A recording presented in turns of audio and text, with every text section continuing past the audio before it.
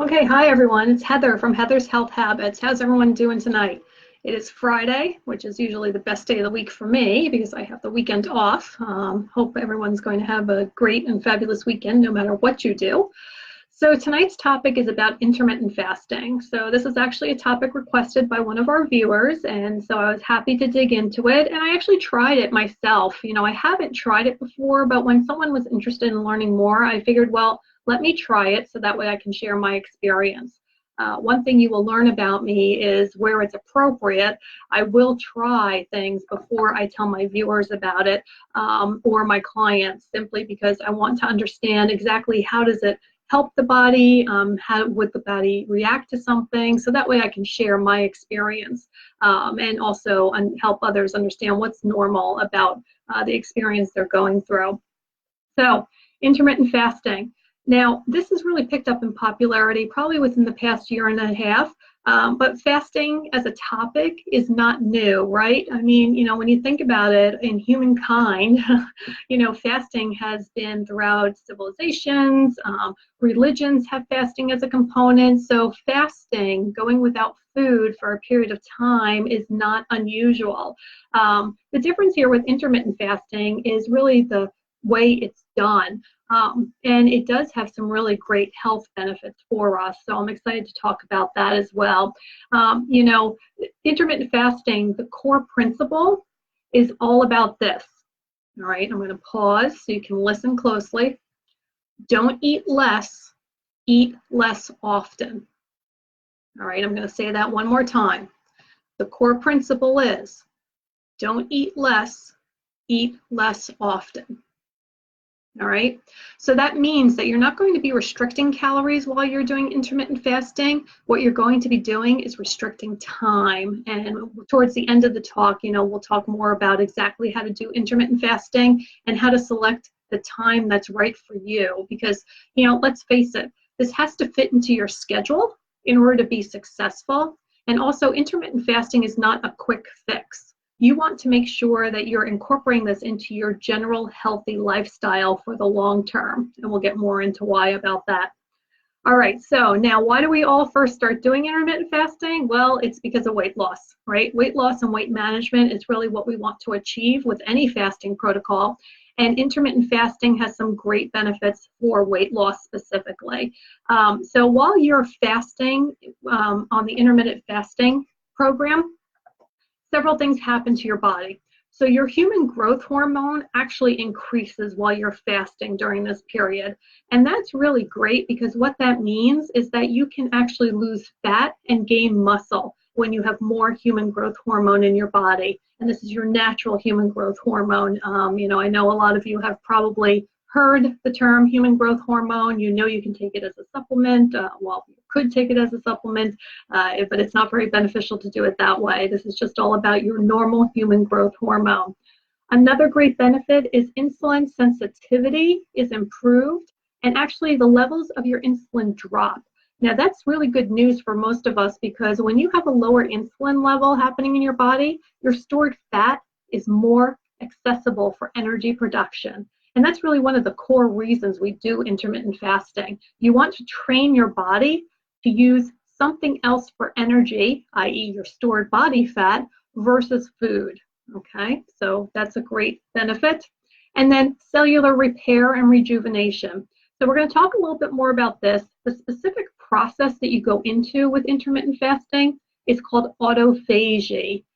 Autophagy is the process by which your cells, the good cells, start going after the bad, dysfunctional proteins that build up inside your cells.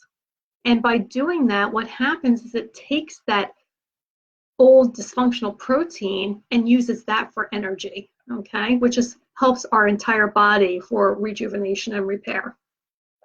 And weight loss. So weight loss is a great benefit of intermittent fasting, and I'm actually going to share a study with you that I found that was that happened in 2014. Not only do you have the human growth hormone increase in your body, you have the insulin reduced in your body, but also your fat-burning hormone called norepinephrine is released. And that's great because when that hormone's released, your metabolic rate goes up, and it's reported to go up between 3 and 14%. And what that means is when your metabolic rate goes up, you can actually eat fewer calories and burn more calories, all right? So that 2014 study I just mentioned, so this study showed that intermittent fasting caused a 3 to 8% weight loss on the subjects over a 3 to 24 week period. Now that may not seem like a lot, right? Because in our mind, we're like, hey, we got to lose, 100 pounds in 6 months. But if you're doing a slow and steady weight loss program, which is really the only way to keep weight from coming back on, 3 to 8% weight loss over a 3 to 24 week period is significant. And also in that study, those same people, they actually lost 4 to 7% of their waist circumference, so around your middle. They lost 4 to 7% of that around their middle, which means that they were eliminating harmful belly fat. So, one of the issues we have in our society is we eat too much, we gain weight, it goes to our belly, and then our belly fat can cause other problems throughout our body. So that was a very interesting study that opened up my eyes to the benefits of intermittent fasting. So as I mentioned, there are more benefits besides weight loss. While we come to intermittent fasting to lose weight, and we are going to lose weight because of intermittent fasting, there are other great health benefits, which makes this a really good protocol to study and have throughout your normal healthy routine. It can reduce inflammation in our bodies. There's actually been studies that show that the markers of inflammation in our body can be reduced by intermittent fasting, which is great because inflammation is a key driver of chronic disease. So you want to make sure that you're aware of that.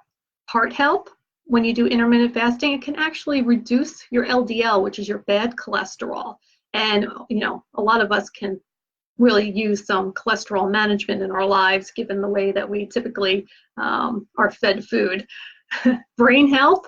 So because of the whole cell regeneration and rejuvenation and repair that happens during intermittent fasting, it may actually cause new nerve cells to grow, which can help our brain and could also potentially protect against Alzheimer's. And then finally, the one thing that I'm really excited about is that intermittent fasting can help fix our gut.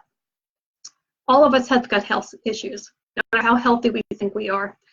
The environment, the toxins we are exposed to daily, the stress levels we have every day, it all affects what we call the gut microbiome. And that is where our good bacteria and bad bacteria live. Intermittent fasting helps our digestive tract and helps promote the good bacteria to win in this situation, because since the philosophy is restricting the time that we eat, it helps our digestive tract take a break. The biggest issue we have in our society is our food is available 24 hours a day. We can go to Taco Bell at 2 o'clock in the morning to get some tacos. We can go to a Walmart at midnight to pick up snacks. We can run down to a convenience store that's open 24 hours to get drinks and sodas and whatever our, guilty pleasure is. We can go to our pantries and our refrigerators and our freezers and just pick up food and start eating it. And at, midnight, we're not making really good decisions, are we? We're not saying we want carrot sticks at midnight, which is life. That's life, right? We aren't robots. We are humans and we live.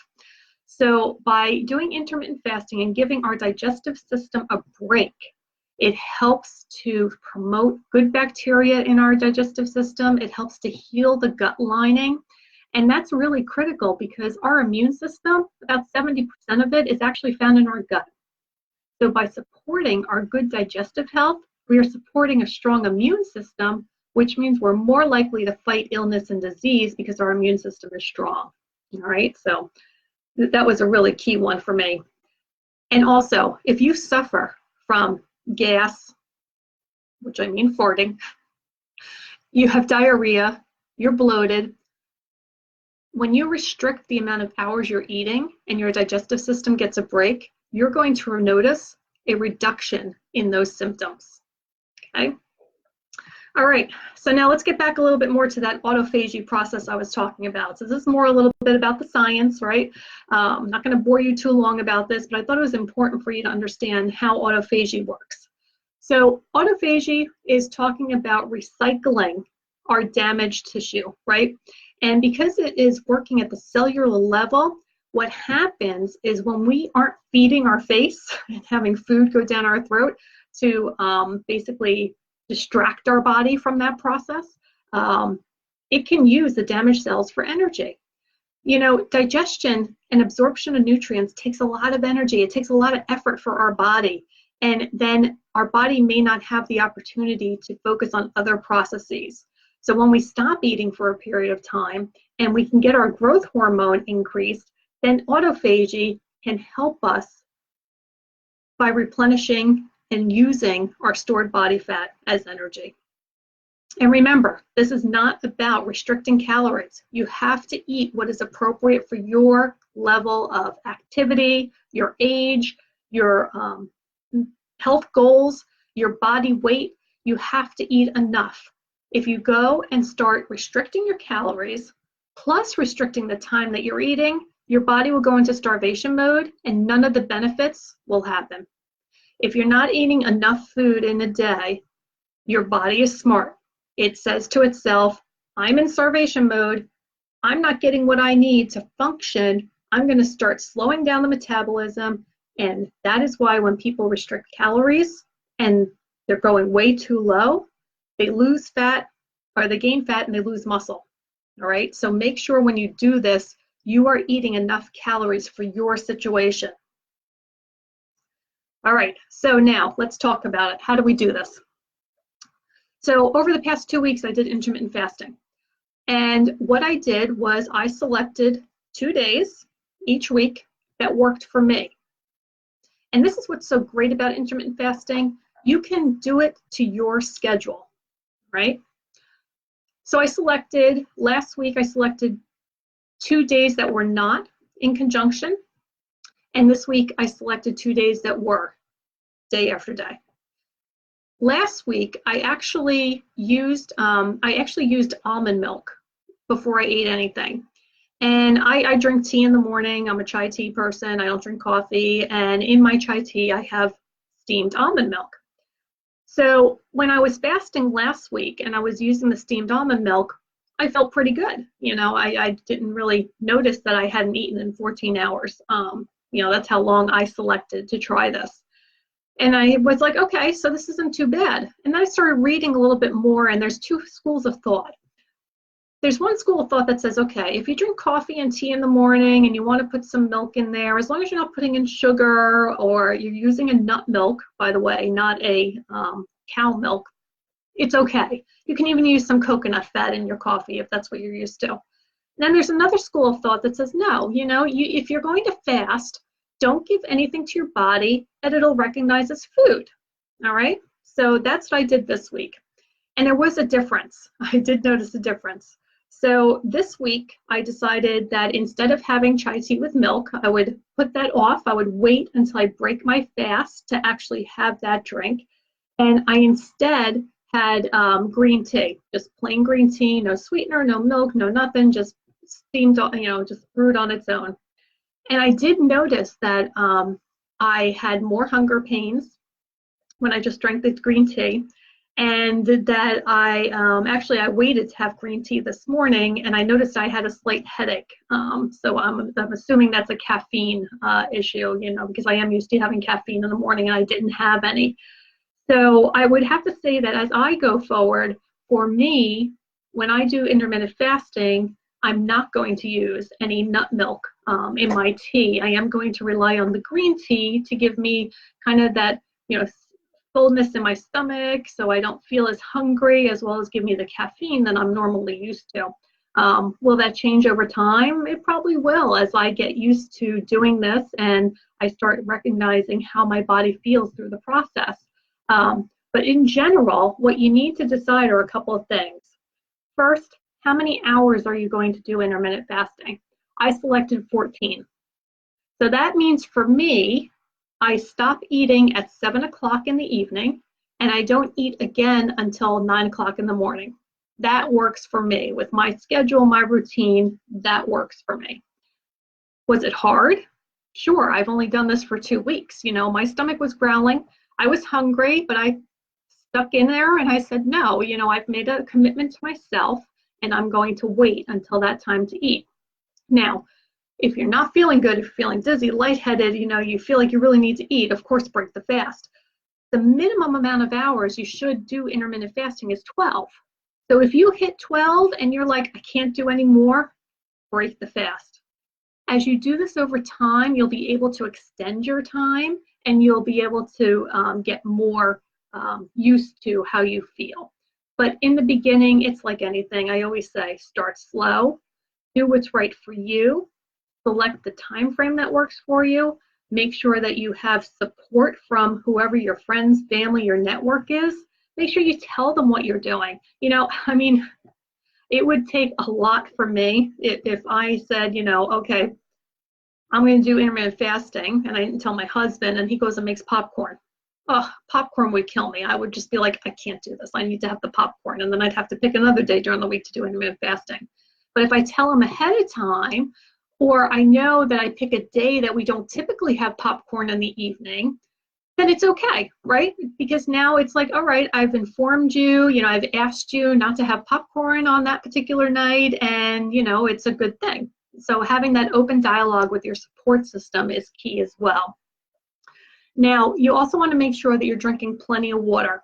Water is your friend during this time period. I notice as I am fasting that having cold water, clean water, you know, make sure you're getting out as many chemicals as you can, and having the tea really helps me get to that 14 hours. So water is critical. You can have brewed tea without any sugars. You can have hot tea. You can have black coffee. Just make sure that you are being very well hydrated during this time, because that will definitely help you get through that bump when you're like, oh, I just have to eat something, but I want to stick in there and wait. Okay. And then, of course, you know, plan your meals wisely. As I said, this is not about reducing the number of calories you eat. It's about reducing the time. So know what your meals are going to be, plan for them, make sure you eat enough before you fast. So that way you can get the maximum benefit for it. And then finally, you know what? This is not a short-term situation. This is long-term. Make it part of your healthy routine. And it will take time, right? You're not going to be able to do it every week. You might have to do 1 day a week. You might get to do 2 days a week. Maybe you get to do 3. That's all going to depend on you, your schedule, your lifestyle. The important part is that you try. And if you try and you get 1 day a week in, that is success. Do not beat yourself up, okay? So, patience, dedication. I highly recommend trying intermittent fasting. I think you'll find it very beneficial. You'll feel really good. I mean, when I'm doing it, I feel so much lighter, like just physically lighter, which is, you know, a really interesting feeling. And I can't wait to see what the future holds for me as I continue to do this long term. So I hope you enjoyed this about intermittent fasting. Of course, you know, hey, we're going to do Facebook Lives every Friday, 5 o'clock Eastern. If you want to be in the know, sign up for my email list. I send out an email blast as a reminder at heathershealthhabits.com, no apostrophes. And also, I post it on Facebook. So follow my page, Heather's Health Habits, on Facebook, and you'll get all the updates. Next Friday, I'm going to be talking about the 4 secrets of people who work out every day. I have had a long-term exercise routine. People are always, I'll say, a little bit of astonished that I have this consistent routine. So I'm going to share the secrets of, you know, how I and others make sure that we're moving our body every day that we can. And that's it. So I hope you enjoyed this. If you want to hear about a different topic, please make sure to leave me a comment in the comment boxes. I will make sure to address whatever questions you have, topics that you're interested in, and I will see you next Friday. Have a great weekend.